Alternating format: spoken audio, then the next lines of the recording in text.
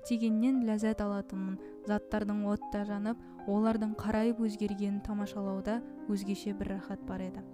Фаренгейт бойынша 451 градус ләззатты алумен басталғанымен, бұл жалында ненің өртенгенін біз кейін білеміз.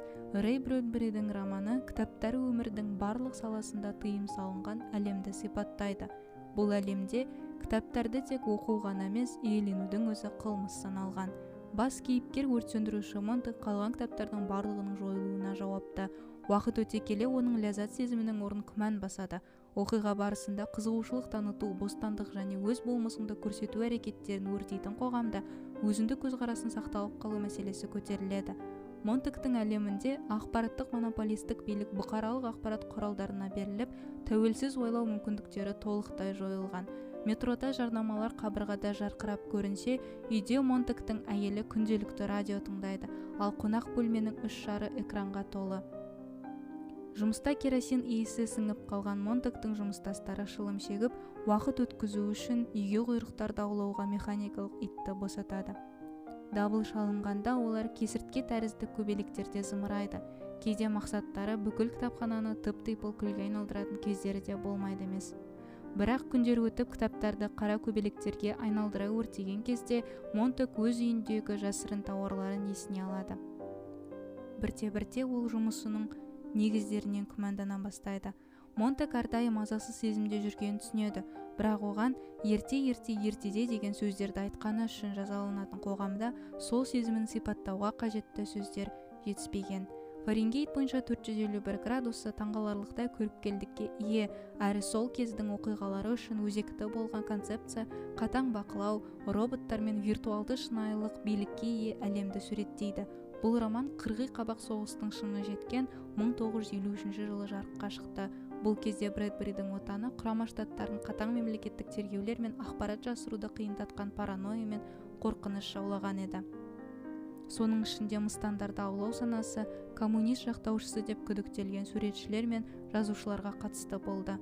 Брэдбериді өнер адамдарының қудалануы алаңдатты. Бұл оған Александрия кітапханасының жойылуы мен фашистік режимдегі кітаптарды өртегеніне ұқсас көрініп, алдағы мүмкін цензура үшін қауіпті жағдай туғызуда деп санады. Қағаздар өртенетін температурамен аталған романдағы мұндай қорқынышты байланыстарды зерттеген. Бұл температураның нақтылығында күмән болғанымен, романның антиутопиялық үздік туынды деңгейін еш төмендетпейді. Антиутопия жанры бізді қоршаған әлемнің алаңдататын салаларын күшейте сипаттап, мұндай шектен шығу әрекеттерін мүмкін салдарын болжайды. Көптеген антиутопиялық шығармаларда үкімет қарсылық көрсеткен азаматтарға шектеу қояды. Бірақ Фаренгейт бойынша 451 градуста Монтек қазіргі режимнің жаппай енжарлыққа әкелгенін анықтайды. Билік тек адамдардың бір нәрсеге қызығушылығын жоғалта салысымен мағынасыз ойын-сауыққа талпынатын пайдаланып, идеялар ағымын күлге айналдырған. Мәдениет жоғалған кезде қиял мен өз болмысын көрсету артынан еретінін бәріміз білеміз. Тіпті адамдар қысқа жауап қайтаратын болған. Мысалы, Монтектің бастығы капитан Битти бұқаралық мәдениеттің тездеуін былай сипаттаған.